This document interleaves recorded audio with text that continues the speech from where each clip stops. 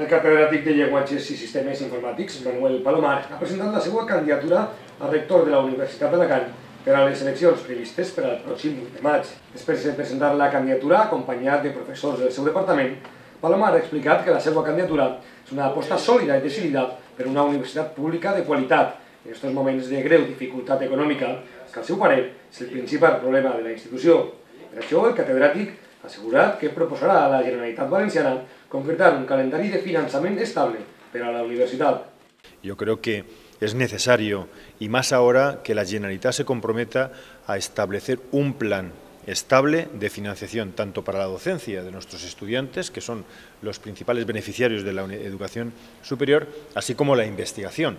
Els principals objectius de Palomar se centren en una gestió eficaç i eficient dels recursos públics.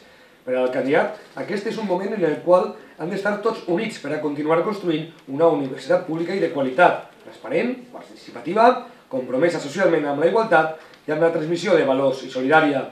Yo de esto lo tenía meditado desde hace ya muchísimos meses y sobre todo, fundamentalmente, porque tengo un compromiso, me siento comprometido con la Universidad de Alicante. Yo creo en una universidad pública de calidad, creo en una universidad participativa, una universidad responsable, transparente y abierta a todos y a todas. Yo creo que en estos momentos tenemos que estar todos unidos, sumando esfuerzos y sumando sobre lo construido.